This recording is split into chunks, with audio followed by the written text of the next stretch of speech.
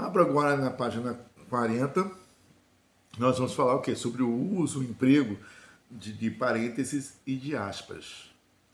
Então, o uso de parênteses, nós temos aí 4 casos. O primeiro caso, para inserir uma explicação acessória ou complementar. A partir do próximo domingo, 7, então aí, ó, ele é usado para quê? Para esclarecer uma data, para que o leitor se situe quanto ao tempo do texto. Outro caso, complete com o verbo dado entre parênteses. Ontem ele me disse que não viria. Aí entre parênteses o verbo dizer. Então já percebeu aí que no exercício não é o professor que inventou. Isso aí é o emprego adequado, nesse caso, para indicar para o aluno qual o verbo que será flexionado. Então eu vou colocar entre parênteses.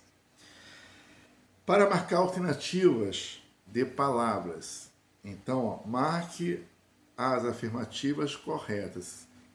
Estando o S aí entre parênteses, indica que você pode encontrar uma ou mais alternativas. Isso vai exigir do aluno maior atenção.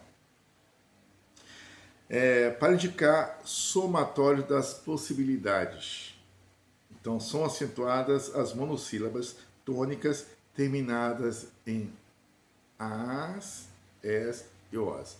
Esse S entre parênteses aí, o que eu quero, que está sendo informado aí? Que pode ser acentuadas o A seguido de S ou não, o E seguido de S ou não, o seguido de S ou não. Aí você pode ver ao lado que que ele deixou claro que se eu fosse pegar, não colocasse dessa forma, eu ia ter que me estender um pouquinho mais. Olha lá. A, as, e, es, o, os. Viram aí? Então, é até uma forma de dar uma enxugada no seu texto. Outro caso, para indicar comentários, considerações e reflexões. Boa essa! Eu disse que não pensei nele, mas pensei. Da saída à chegada, falou sem parar. Que chatice. Ele disse que pagou o que devia. Será mesmo? Então, ao lado aí, é usado principalmente em textos informais, como postagens, mensagens via aplicativos ou redes sociais diários, etc. Também é usado em textos literários. Aí o que é isso, texto literário, Luiz? Aí seria o quê? Uma crônica, um conto, um romance, cujo o narrador seja um jovem. Então ele tem essa liberdade de usar, porque quem está falando é um jovem, não vai falar igual um adulto. Tá bom? E agora, aspas. Entre os muitos usos, são os que vêm a seguir. Destacar palavras estrangeiras. Exemplo, os emoticons ativam áreas sensíveis do cérebro, segundo o pesquisador. Então, emoticons é uma palavra, um termo que não faz parte do nosso idioma, ou seja, vem do inglês. Marcar citações, transcrição exata do que foi dito ou escrito. Exemplo, diz a oceanógrafa, é difícil estudar essas espécies porque elas viajam muito, mas acredita-se que se orientam pelo mar e pelas estrelas. Viu aí? Até mesmo numa narrativa, ou seja, no conto, numa redação, aí você tem essa liberdade também, lembrando lá do discurso direto, 2 pontos, travessão, a gente não pode esquecer, vou comentar aqui, quando eu faço o 2 pontos e travessão, eu vou tornar meu texto maior, porque quando eu ponho 2 pontos na linha anterior, na linha seguinte, onde eu vou pegar, transcrever o discurso direto do meu personagem, eu vou abrir um outro parágrafo.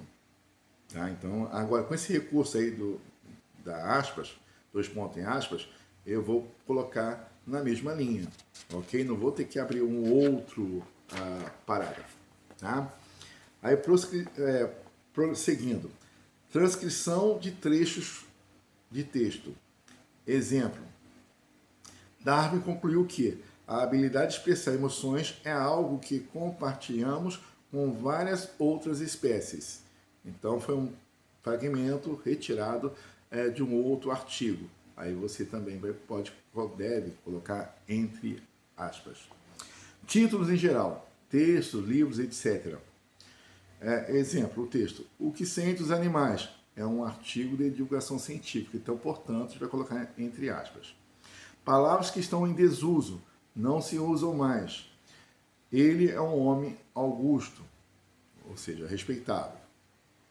Gírias, palavras, expressões inventadas que ainda não estão nos dicionários. Algumas podem ser dicionarizadas, mas outras serão substituídas ou esquecidas. Bora fazer a tarefa.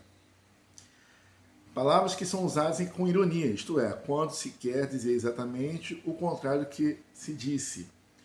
Você está animada hoje, hein? Ou seja, na verdade a pessoa pode estar bem desanimada, você de forma irônica. Isso aí no texto, para enfatizar mais essa ironia, você coloca entre aspas. Os textos digitados em algumas funções, as aspas, são substituídas por recursos como itálico e negrito, dependendo dos padrões editoriais. Ok?